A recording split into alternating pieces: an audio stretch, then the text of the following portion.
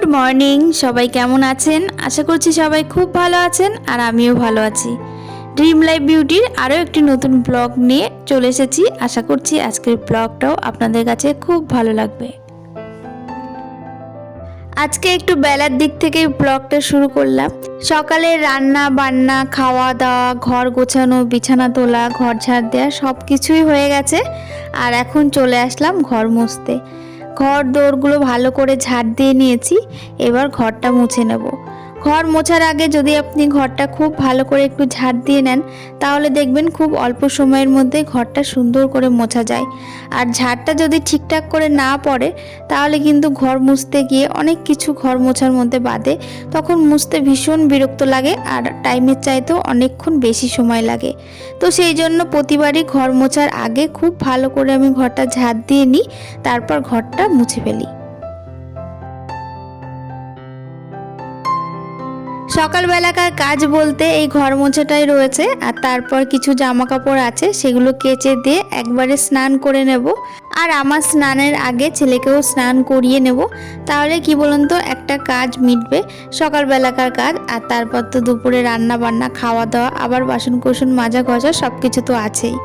তো যাই হোক, এদিকে খুব ভালো করে ঘরটা আমি মুছে নিয়েছি। এখানে আমার ঘরের সাথে সাথে ডাইনিং, বাদবাকি জায়গাগুলো খুব ভালো করে মুছে নিয়েছি।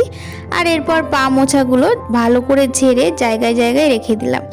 তারপর ছেলেকে এই যে স্নান করিয়ে দিয়েছি। এখন তো বেশ একটু ঠান্ডা পড়েছে, আর ট্যাঙ্কির জল একটু ঠান্ডা হয়েই থাকে, তো একটু গরম জল করে ছেলেকে স্নান করিয়ে দিয়েছি। এবার ওকে রেডি করে তারপর যাব আমি স্নানে। আর ওকে স্নান করাতে গেলে জানেন তো, হাতে বাঁধা সময় নিয়ে নামলে হবে না। হাতে আধা ঘন্টা 45 মিনিট মানে হাতে সময় নিয়ে তারপর ওকে স্নান করাতে হবে। স্নান করানোর আগে কতবার যে ওকে ডাকতে হবে, ডেকে ডেকে ধরে আনতে হবে। তারপর এখন তো শীতকাল, গায়ে হাতে পায়ে তেল মাখিয়ে তারপর তো স্নান করাই, তো হাতে পায়ে তেল মাখানো হবে। তারপর আবার ওদিকে স্নানের আগে ফল কেটে খাওয়ানো হবে। এই সমস্ত ছোট ছোট কাজ ছেলের পেছনে দিতে দিতে কিন্তু অনেকটা সময় হয়ে যায়। আর একটা বাচ্চা মানে জানেনই তো, তার পেছনে কতটা দৌড়াদৌড়ি থাকে। আর তারপর যদি হয় আমার ছেলের মতন এত মানে এনার্জেটিক, সারা দিন ছুটোছুটি, দৌড়াদৌড়ি, খেলাধুলো সমস্ত কিছু করবে, আর কোনো সময়ের জন্য চোখে এক ফোঁটা ঘুম নেই। সকালবেলা একটু দেরি করে ঘুম থেকে ওঠে, আর ওই যে ঘুম থেকে উঠলো, তারপর আবার যে কখন ঘুম হবে তার কোনো ঠিক ঠিকানা নেই। আর যেদিন যেদিন আমি দুপুরে ঘুম পাড়াই, খুব জোর জবরদস্তি আর কি ঘুম পাড়ানো হয়। অনেক বোঝানোর পরে, অনেক কান্নাকাটির পরে তারপর ঘুমোই। আর ঘুমোলে পারে দেখবেন বাচ্চারা একটুখানি যদি দুপুরবেলার দিকে ঘুমিয়ে যায় না, তারপর সন্ধ্যাবেলার দিকে বা বিকালবেলার দিকে উঠলে পারে একদম ফ্রেশ লাগে। তো যাই হোক, এদিকে দেখুন আমিও স্নান করে এসেছি। স্নান করে এসে ঠাকুর পুজো করে দিয়েছি। আর এখন এই যে তুলসী তলায় জল ফুল দিলাম।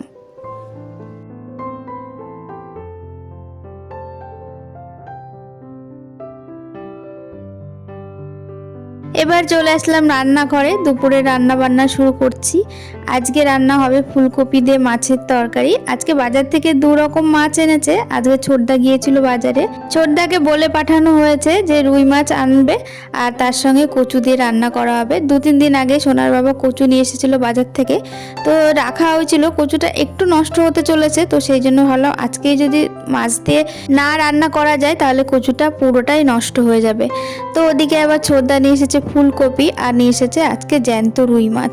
আমাদের বাড়িতে রুই মাছ খুব একটা হয় না, বলেই পাঠানো হয়েছিল যে রুই মাছ আনতে কচু দিয়ে রান্নার জন্য, কিন্তু আজকে ছোটদা নিয়ে এসেছে জ্যান্ত রুই। আর যেহেতু ফুলকপি এনেছে, আর বলছে যে আজকে ফুলকপি দিয়েই তরকারিটা রান্না করো। তো সেই মতো এই যে ফুলকপি কাটা হয়েছে, ফুলকপি একটুখানি সেদ্ধ করে নেওয়া হচ্ছে, কারণ ফুলকপির গায়ে অনেক সময় ছোট ছোট পোকা থাকে, তো সেগুলো যদি গরম জলে একটুখানি মানে ভাপ দিয়ে ফেলা যায়, তাহলে কিন্তু সেগুলো চলে যায়। আর কচুটা ওদিকে ভালো করে কেটে ফ্রিজে ঢোকানো হয়েছে। আর এদিকে এবার মাছগুলো ভেজে নেব। তো রুই মাছের সাথে সাথে এই যে খয়রা মাছ এনেছে, তো খয়রা মাছ দিয়ে আলু বেগুন দিয়ে একটা চচ্চড়ি মতো করা হবে, আর ফুলকপি দিয়ে ওই তরকারিটা রান্না হবে, আর তার সাথে কিছু ভাজাভুজি হবে। তো এদিকে আমি মাছ ভাজাগুলো বসিয়ে দিয়েছি। একসাথে তো অনেক মাছ, 2-3 বার করে মাছগুলো ভাজতে হবে। তো সেই জন্য প্রথমে একটু বেশি করে তেল দিয়েছি। তেলটা খুব ভালো করে গরম করে নিয়ে তার সঙ্গে এই যে খয়রা মাছগুলো এনেছিল সব কটা মাছ একবারেই দিয়ে ভেজে নিচ্ছি, কারণ ওদিকে আবার রুই মাছ রয়েছে, সেগুলো আবার 2-3 বারে ভাজতে হবে, অনেকটা টাইম লেগে যাবে মাছ ভাজতে। তো সেই জন্য একবারে এই মাছগুলো ভেজে নিচ্ছি, নাহলে 2 বারে ভাজলেও হতো, তবে তবে তেল যেহেতু একটু বেশি দিয়েছি কোনো অসুবিধা হচ্ছে না।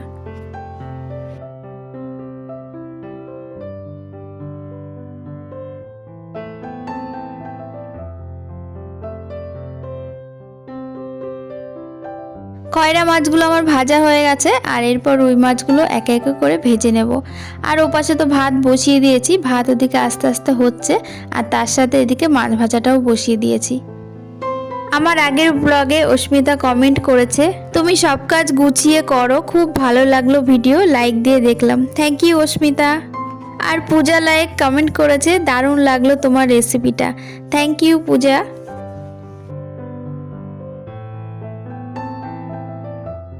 ফুলকপি দিয়ে রুই মাছের ঝোলটা আমি বসিয়ে দিয়েছি। তো এদিকে মশলা দিয়ে খুব ভালো করে আলুটা কষিয়ে নিয়েছি।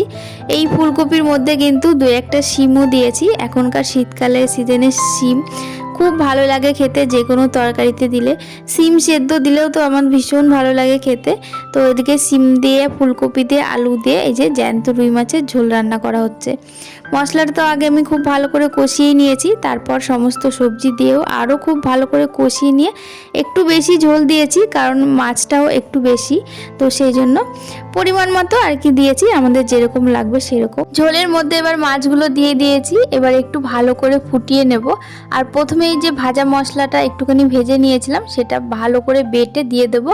আর এখনকার শীতকাল মানেই তো জানেন প্রতিটা তরকারিতেই ধনেপাতা দিয়ে এবার আরেকটু ফুটিয়ে নামিয়ে নেব। এই হচ্ছে আমার জ্যান্ত রুই মাছের তরকারি ফুলকপি দিয়ে।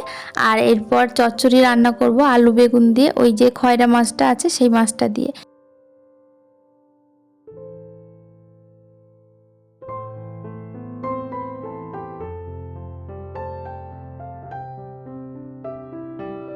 দুপুরে রান্না বান্না তো সমস্তটা আমার কমপ্লিট হয়ে গেছে। আর কি কি রান্না করলাম চলুন আপনাদের দেখাই। তো এখানে রয়েছে আলু দিয়ে পেঁয়াজ কলি ভাজা, আর এখানে অর্ধেকেরও কম লাউ ছিল, তো সেই লাউটা কুচিয়ে পাঁচফোড়ন দিয়ে ভাজা মতো করেছি একটুখানি চিনি দিয়ে।